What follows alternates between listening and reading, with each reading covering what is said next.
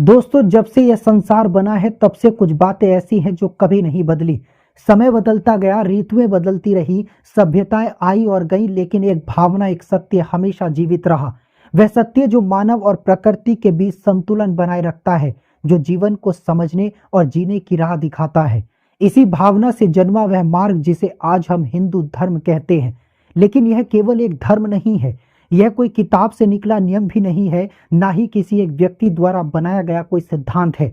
यह एक अनुभव है, एक जीवन पद्धति है जिसे अनगिनत ऋषियों, मुनियों, योगियों और साधकों ने खोजा और जिया और फिर उसे अगली पीढ़ियों तक पहुंचाया। किसी भी धर्म की शुरुआत को एक तिथि या वर्ष से जोड़ा जा सकता है, लेकिन हिंदू धर्म के साथ यह संभव नहीं है, क्योंकि इसका कोई एक संस्थापक नहीं है। यह संसार जितना पुराना है, हिंदू धर्म की जड़ें भी उतनी ही गहरी हैं। इसे सनातन धर्म कहा जाता है, जिसका अर्थ है जो ना कभी शुरू हुआ ना कभी समाप्त होगा। यह चिरंतन है, शाश्वत है। यह धरती पर पहला ऐसा विचार था जिसने मनुष्य को केवल शरीर नहीं बल्कि आत्मा के रूप में देखा, जिसने कहा कि हर जीव में परमात्मा है और जो बाहर है वही भीतर भी है। बहुत पहले जब लोग लिखना नहीं जानते थे, तब वेदों की ऋचाएं जंगलों में गूंजती थी। ऋषि मुनि जिन्होंने संसार की दौड़ से दूर एकांत में साधना की, उन्होंने इस ब्रह्मांड के रहस्य को समझा और शब्दों के रूप में उन्हें गाया। यही आगे चलकर 4 वेद बने, जिनके नाम ऋग्वेद, यजुर्वेद, सामवेद और अथर्ववेद हैं। इन वेदों में कोई आज्ञा नहीं दी गई, कोई डर नहीं दिखाया गया, बल्कि जीवन को समझने के सूत्र दिए गए। इनमें नदियों की स्तुति है, अग्नि की महिमा है, सूर्य से शक्ति मांगने की प्रार्थना है, और सबसे सुंदर बात यह है कि इनमें किसी एक ईश्वर का नाम नहीं है, बल्कि एकम सत विप्रा बहुधा वदंती कहा गया, जिसका अर्थ है कि सत्य एक है, लेकिन ज्ञानी उसे अलग अलग नामों से पुकारते हैं। जैसे जैसे समय बीतता गया, इन वेदों से उपनिषद निकले। उपनिषद वे ग्रंथ हैं जिन्होंने यह पूछा कि मैं कौन हूँ, क्या मृत्यु ही अंत है, और फिर उत्तर भी दिए कि आत्मा न मरती है और न जन्म लेती है, बल्कि यह सदा रहती है। इस आत्मा को जानना ही मोक्ष है। यह ज्ञान किसी धर्म को मानने या न मानने पर निर्भर नहीं करता था। यह उस चेतना को जानने का मार्ग था जो हर जीव के भीतर है। ऋषियों ने इस ज्ञान को किसी के लिए बंद नहीं किया। उन्होंने ना किसी को निम्न बताया और ना ही किसी को उच्च बताया, बल्कि उन्होंने सिखाया कि जीवन 4 हिस्सों में बांटा जा सकता है। बाल्यकाल में विद्या, युवावस्था में गृहस्थी, बुढ़ापे में विरक्ति और फिर संन्यास। उन्होंने बताया कि समाज में 4 प्रकार की प्रवृत्तियां होती हैं: अध्ययन करने वाले, शासन करने वाले, व्यापार करने वाले और सेवा करने वाले। यही वर्ण और आश्रम की व्यवस्था बनी, जो शुरू में योग्यता और रुचि पर आधारित थी, ना कि जन्म पर। समय के साथ संसार में अनेक विचार आए। कुछ ने कहा कि केवल कर्म ही सत्य है, तो कुछ ने बताया कि केवल ज्ञान से मोक्ष मिलता है। कुछ ने भक्ति का मार्ग अपनाया। हिंदू धर्म ने इन सबको अपनाया और समाहित किया। यही इसकी सुंदरता है कि इसमें विरोध नहीं बल्कि समन्वय है। एक समय आया जब 2 महान महाकाव्य लिखे गए, रामायण और महाभारत। ये केवल युद्ध की कहानियां नहीं थी, बल्कि जीवन के हर प्रश्न का उत्तर थी। राम ने मर्यादा की सीख दी तो कृष्ण ने धर्म की गहराई समझाई। अर्जुन जब युद्ध से पीछे हटने लगे, तब श्री कृष्ण ने उन्हें भगवत गीता का उपदेश दिया, जो आज भी हर कठिन परिस्थिति में मार्गदर्शन देता है। इन ग्रंथों के साथ साथ पुराणों की रचना भी हुई। इनमें कहानियों के माध्यम से आम जन को धर्म की बातों को समझाया गया। ब्रह्मा, विष्णु और महेश की त्रिमूर्ति, राम और कृष्ण जैसे अवतारों की कथाएं और देवियों की महिमा, सब कुछ इन पुराणों में समाहित है। दशावतार की अवधारणा ने यह बताया कि जब जब संसार में अधर्म बढ़ेगा, तब तब ईश्वर अवतार लेकर पुनः धर्म की स्थापना करेंगे। समाज में जैसे जैसे समय बीता, कुछ विकृतियां भी आईं। जन्म पर आधारित जातियां बन गई। कुछ लोगों को धर्म से दूर किया जाने लगा, लेकिन इसी समय गौतम बुद्ध और महावीर जैसे महापुरुष भी आए, जिन्होंने लोगों को फिर से धर्म की मूल भावना की ओर लौटाया। हिंदू धर्म ने इन विचारों को भी अपनाया। बुद्ध को विष्णु का अवतार माना गया। यह दिखाता है कि हिंदू धर्म कोई बंद दीवार नहीं, बल्कि एक खुला आकाश है जिसमें हर दिशा को स्थान मिलता है। कई संतों और भक्तों ने इस धर्म को आम जन तक पहुंचाया। दक्षिण में आलवार और नयनार संतों ने भक्ति की अलख जगाई। उत्तर भारत में कबीर, मीरा, तुलसीदास, सूरदास, गुरु नानक जैसे संतों ने प्रेम, भक्ति और समानता की बातें की। उन्होंने यह नहीं पूछा कि कौन किस जाति से है, उन्होंने बस यह कहा कि ईश्वर सबके भीतर है, तुलसीदास ने रामचरितमानस लिखकर राम को हर घर तक पहुंचाया। समय बदलता रहा, भारत पर बाहरी आक्रमण भी हुए, इस्लामी शासकों ने मंदिरों को तोड़ा, धर्म स्थलों को अपवित्र किया, फिर भी हिंदू धर्म की आत्मा को कोई हिला नहीं पाया। लोग जंगलों में, पहाड़ों में, अपने घरों में पूजा करते रहे। भले मंदिरों की दीवारें टूटी, लेकिन विश्वास की नींव अडिग रही। धर्म ने अपने रूप को बदला, खुद को ढाल लिया, लेकिन उसकी जड़ें गहरी बनी रहीं। जब भारत में हिंदू धर्म अपने अनेक रूपों में विकसित हो रहा था, तब अनेक महान सम्राटों ने भी इसका संरक्षण किया। चंद्रगुप्त मौर्य और उसके गुरु चाणक्य ने जिस शासन व्यवस्था की नींव रखी, वह धर्म, नीति और जन कल्याण पर आधारित थी।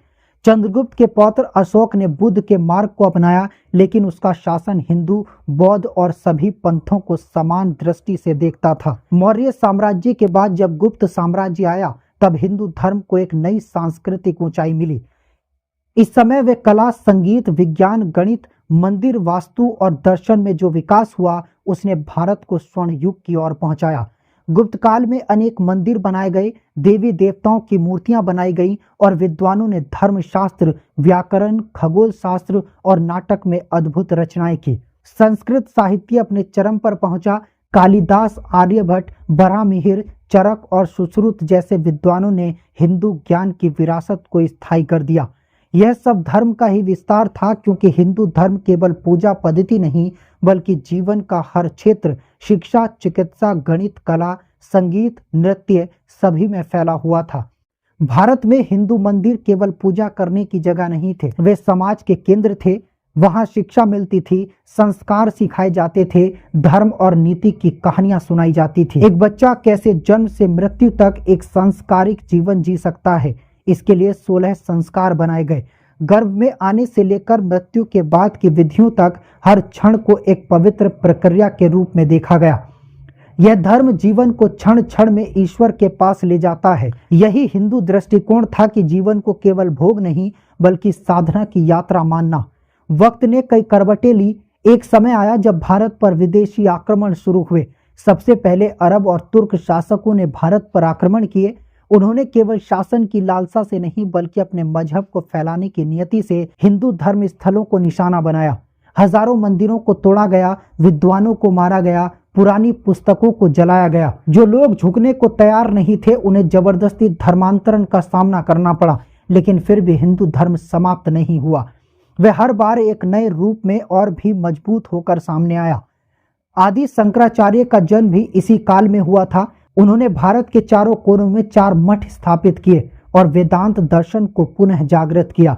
उन्होंने कहा कि आत्मा और ब्रह्म एक है। अद्वैतवाद को पुनः जीवित किया गया। उनकी विचारधारा ने हिंदू समाज को फिर से एक सूत्र में बांधा।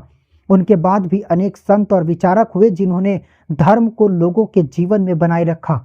मंदिर नष्ट हुए, लेकिन घर मंदिर बन गए। आग बुझाई गई, परंतु विश्वास की ज्योत नहीं बुझी।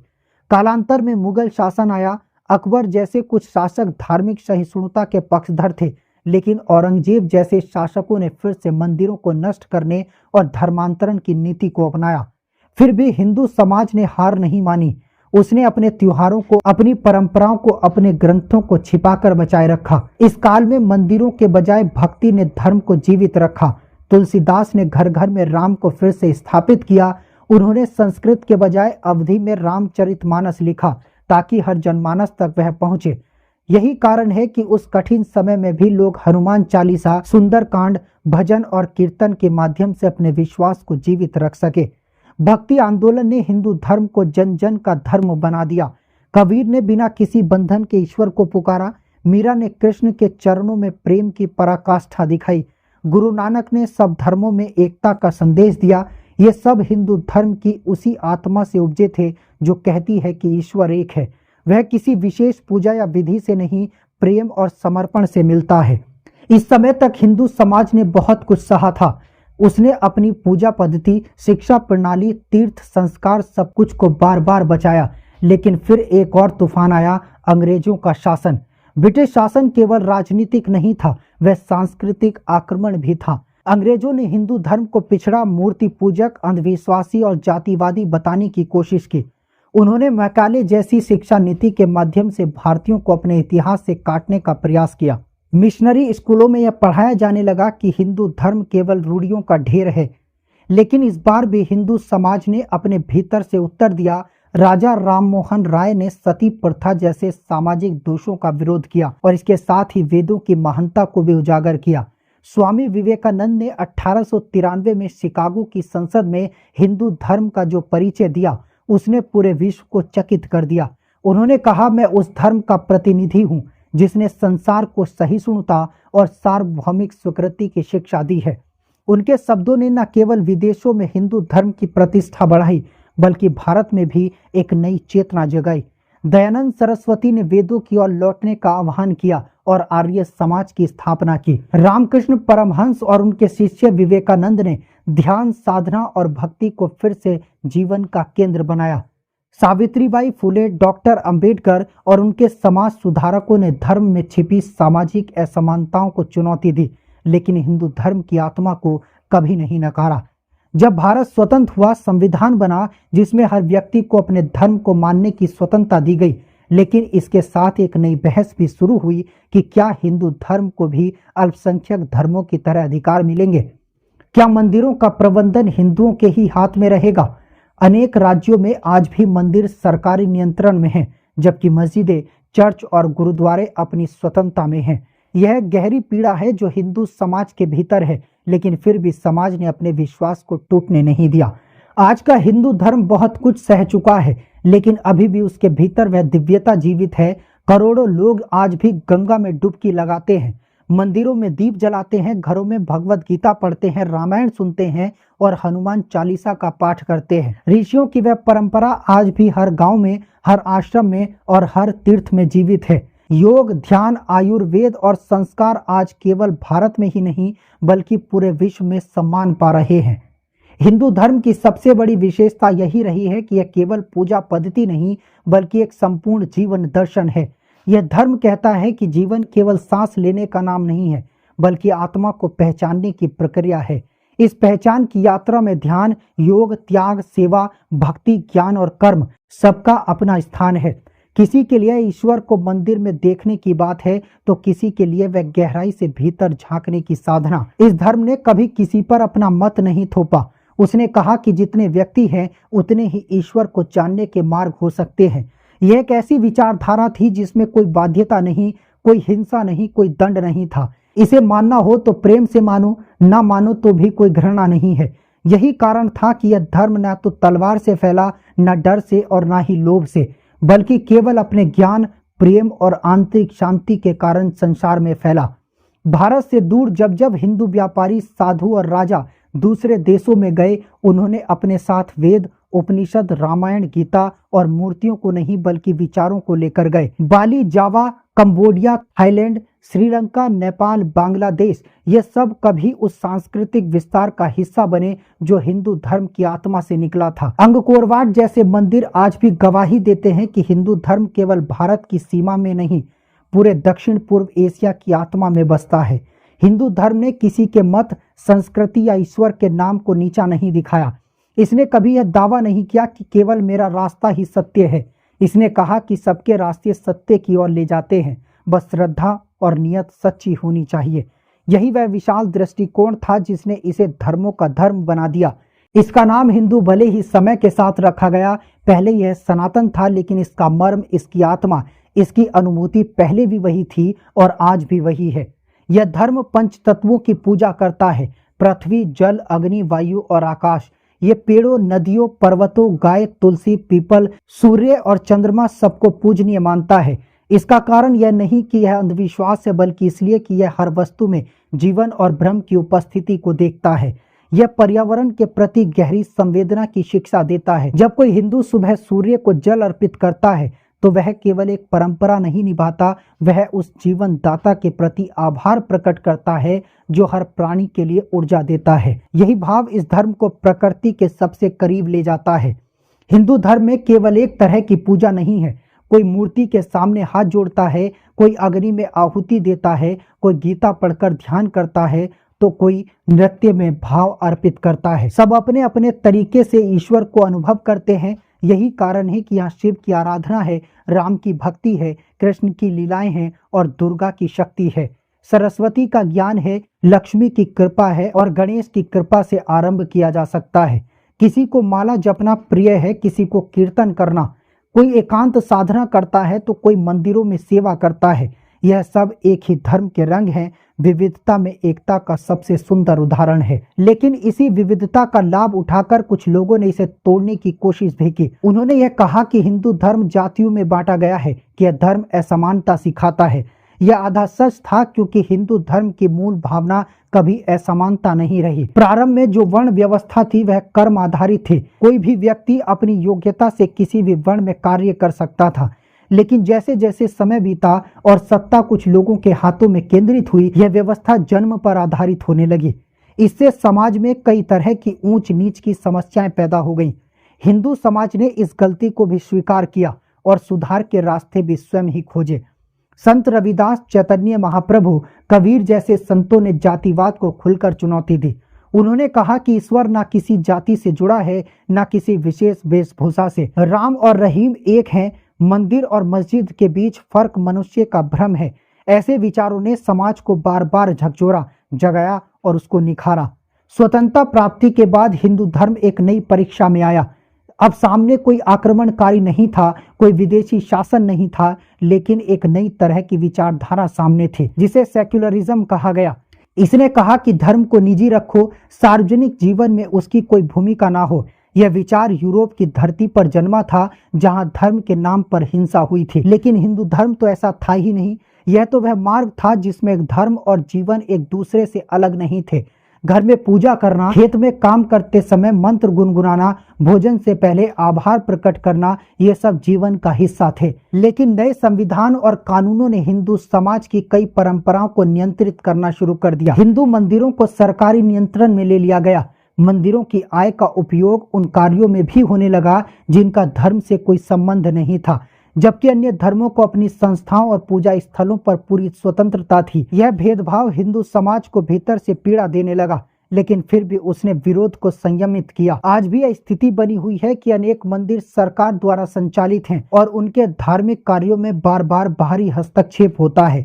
इन सब के बावजूद हिंदू धर्म अपने मूल स्वरूप को नहीं भूला है। वह आज भी घर घर में दीप जलाता है, हर उत्सव में प्रकृति और ईश्वर के प्रति कृतज्ञता प्रकट करता है, हर संस्कार को ध्यान और श्रद्धा से करता है, चाहे दीपावली हो या होली, रक्षाबंधन हो या जन्माष्टमी, नवरात्रि हो या शिवरात्रि। हर पर्व एक गहरा आध्यात्मिक अर्थ लिए हुए होता है। ये केवल आनंद के अवसर नहीं, बल्कि आत्मा को स्मरण दिलाने वाले क्षण होते हैं। आज जब पूरा विश्व तनाव, भौतिकता और आत्मविस्मृति के युग से गुजर रहा है, तब हिंदू धर्म ने योग और ध्यान के माध्यम से कई नई राह दिखाई है। योग कोई नया आविष्कार नहीं है, बल्कि हजारों साल पुरानी साधना है जो अब पूरे विश्व में अपनाई जा रही है। यह शरीर, मन और आत्मा को जोड़ने का साधन है। इससे दुनिया को यह समझ में आया कि भारत केवल प्राचीन कहानियों का देश नहीं है, बल्कि गहन जीवन दर्शन का केंद्र है। आज जब कोई बच्चा पहली बार मंदिर जाता है और वहां दीपक की लौ को देखता है, तो उसके भीतर भी वही भावना जागती है जो हजारों साल पहले किसी ऋषि के भीतर गूंजती थी। आज भी जब किसी गांव में कोई पंडित किसी नवजात शिशु के कान में गायत्री मंत्र फूंकता है, तो वह मंत्र केवल शब्द नहीं होता, वह उस आत्मा से ब्रह्मा की पहली आहट होती है। यही हिंदू धर्म है, समय से परे, स्थान से परे और पीढ़ियों से जुड़ा हुआ। लेकिन आज का समय बहुत अलग है। अब ना तो राजा है, ना गुरुकुलों की शिक्षा, ना हर गांव में ऋषियों की परंपरा। अब जीवन तेज हो गया है, सोच बदल गई है, तकनीक ने हर बात को तेज कर दिया है, लेकिन इस तेजी में कहीं ना कहीं आत्मा की आवाज धीमी हो गई है। लोग पूजा तो करते हैं पर अर्थ नहीं समझते। मंदिरों में भीड़ है लेकिन भीतर शांति नहीं है। इसी समय हिंदू धर्म की असली परीक्षा शुरू होती है, क्योंकि अब उसे केवल बचना नहीं है बल्कि जागना भी है। आज हिंदू समाज के सामने कई चुनौतियां हैं। एक तरफ तो बाहर से विचारधाराएं जो कहती हैं कि यह धर्म पिछड़ा हुआ है, अंधविश्वासी है, जातिवादी है। दूसरी तरफ समाज के भीतर कुछ लोग हैं जिन्होंने केवल बाहरी रूपों को धर्म मान लिया है, जैसे जनेऊ पहनना, तिलक लगाना, पूजा कर लेना, परंतु जीवन में धर्म के गुणों को नहीं अपनाया। यह धर्म केवल कर्म कांडों का ढांचा नहीं है, यह तो वह मार्ग है जो भीतर की यात्रा पर ले जाता है। आज धर्म के नाम पर राजनीति भी होती है, विवाद भी होते हैं और टकराव भी होते हैं, लेकिन सच्चाई तो यह है कि हिंदू धर्म ने कभी किसी टकराव को जन्म नहीं दिया। जब जब किसी ने इसके अस्तित्व को चुनौती दी, इसने उत्तर दिया, पलटवार से नहीं बल्कि विचार से। जब जब इसे मिटाने की कोशिश की गई, इसने खुद को नया रूप दिया, पर कभी अपनी आत्मा को नहीं बदला। यह सहनशीलता ही इसकी सबसे बड़ी ताकत है और यही आज इसकी सबसे बड़ी जरूरत भी है। हिंदू धर्म को अब फिर से उस स्थान पर ले जाना होगा जहां वह केवल पूजा नहीं बल्कि जीवन की पवित्रता का प्रतीक हो। इसके लिए जरूरी है कि बच्चे बचपन से धर्म की मूल बातों को समझें, केवल श्लोक रटने से नहीं बल्कि यह जानकर कि वेद, गीता, उपनिषद और रामायण में हमें क्या सिखाया गया है। घरों में फिर से धर्म के गीत गूंजे, दादी नानी की कहानियां सिर्फ मनोरंजन नहीं बल्कि शिक्षा बने। स्कूलों में सिर्फ अंग्रेजी शिक्षा ही नहीं बल्कि अपनी परंपरा की समझ भी दी जाए। आज की दुनिया ग्लोबल हो चुकी है। दुनिया भर में बसे हिंदू अब केवल भारत तक सीमित नहीं है। अमेरिका, यूरोप, ऑस्ट्रेलिया, अफ्रीका, हर जगह मंदिर बन रहे हैं, त्योहार मनाए जा रहे हैं, संस्कृति को अपनाया जा रहा है। यह गौरव की बात, लेकिन इसके साथ जिम्मेदारी भी जुड़ी है। प्रवासी हिंदुओं को भी अब यह सोचना होगा कि क्या वे केवल नाम से हिंदू रहना चाहते हैं या फिर विचार और आचरण से भी हिंदू रहना चाहते हैं। उन्हें अपनी संतानों को यह बताना होगा कि हिंदू होना केवल एक परंपरा नहीं है बल्कि एक जीने का तरीका है जो पूरे विश्व को स्वीकार करता है, जोड़ता है और सब में ईश्वर को देखता है। आज के समय में जब धर्म के नाम पर दुनिया में हिंसा हो रही है, जब हर कोई कहता है कि केवल उसका मार्ग सही है, तब हिंदू धर्म का संदेश फिर से सबसे ज्यादा जरूरी हो गया है। यह वह धर्म है जो कहता है सर्वे भवन्तु सुखिनः, जो कहता है वासुदैव कुटुंबकम, जो कहता है अहिंसा परमो धर्म है। यह वह धर्म है जो आत्मा को ब्रह्म से जोड़ता है और ब्रह्मा को सब में देखता है। हिंदू धर्म की एक कहानी केवल बीते हुए युगों की नहीं है, यह आज की भी है और आने वाले समय की भी होगी। यह धर्म कोई बंद किताब नहीं बल्कि एक खुला अनुभव है जिसे हर पीढ़ी ने अपने अपने तरीके से जिया है। यह धर्म हमें यह नहीं सिखाता कि हम सबसे श्रेष्ठ हैं, बल्कि यह सिखाता है कि हम सब में ईश्वर है, इसीलिए सबका आदर करो। यह धर्म कहता है कि जीवन कठिनाइयों से भरा है, लेकिन उन कठिनाइयों में भी धर्म से जुड़कर हम स्थिर रह सकते हैं।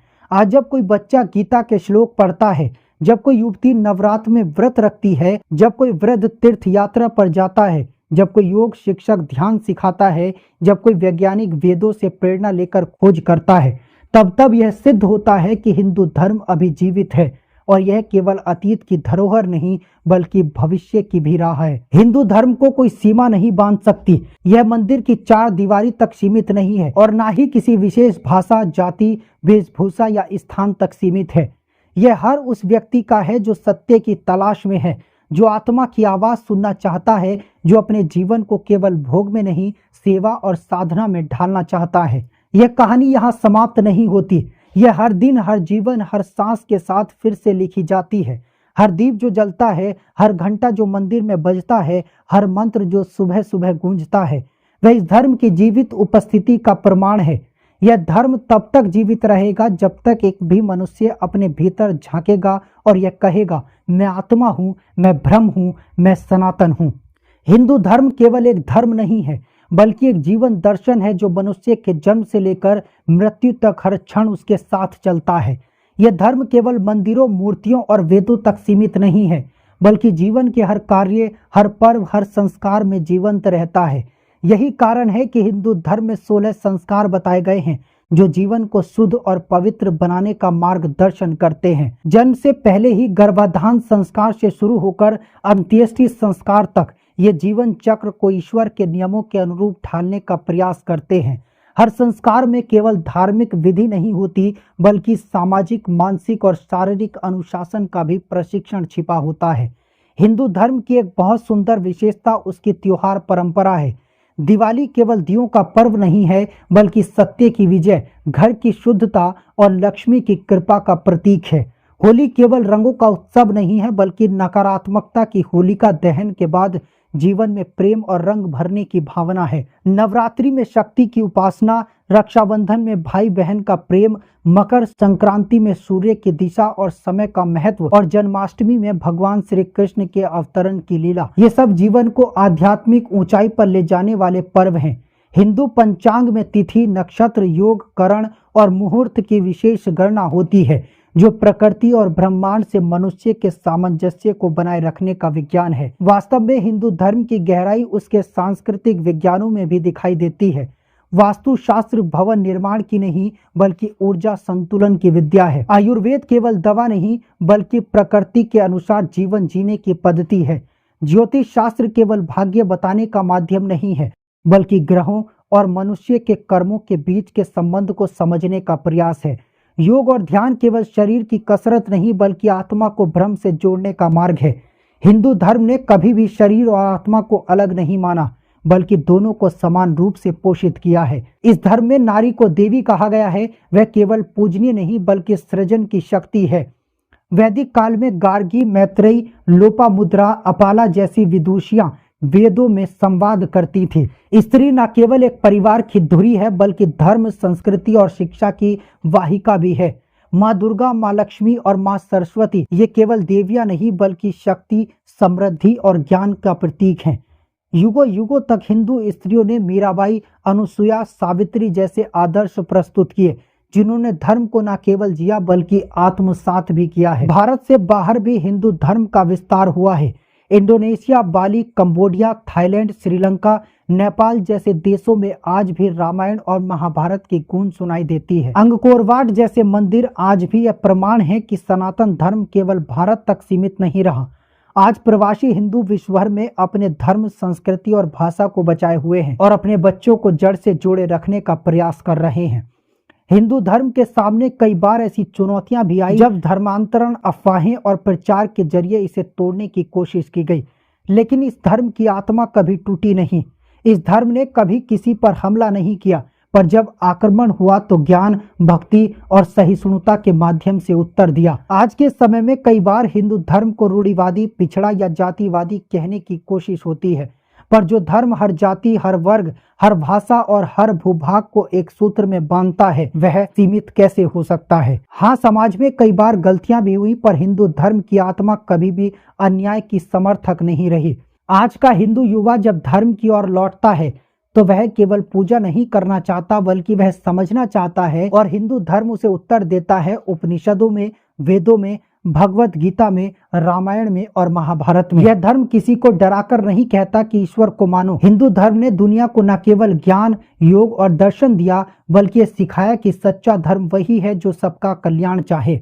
सर्वे भवन्तु सुखिनः का मंत्र केवल संस्कृत का वाक्य नहीं है, यह उस भावना का प्रतिबिंब है जिससे यह धर्म आज तक जीवित है। यह धर्म केवल किताबों में नहीं, हमारे पर्वों में, भोजन में, वास्तु में, संगीत में, बच्चों के नामों में, संस्कारों में और हमारे हर व्यवहार में जीवित है। दोस्तों, जब कोई पूछे कि हिंदू धर्म क्या है तो उत्तर सीधा है कि यह एक आत्मा है जो कभी नहीं मरती। यह वह ज्ञान है जो कभी समाप्त नहीं होता। यह वह भावना है जो सब में समाई हुई है, बिना किसी भेद के और बिना किसी शोर के, केवल शांति और प्रेम के साथ।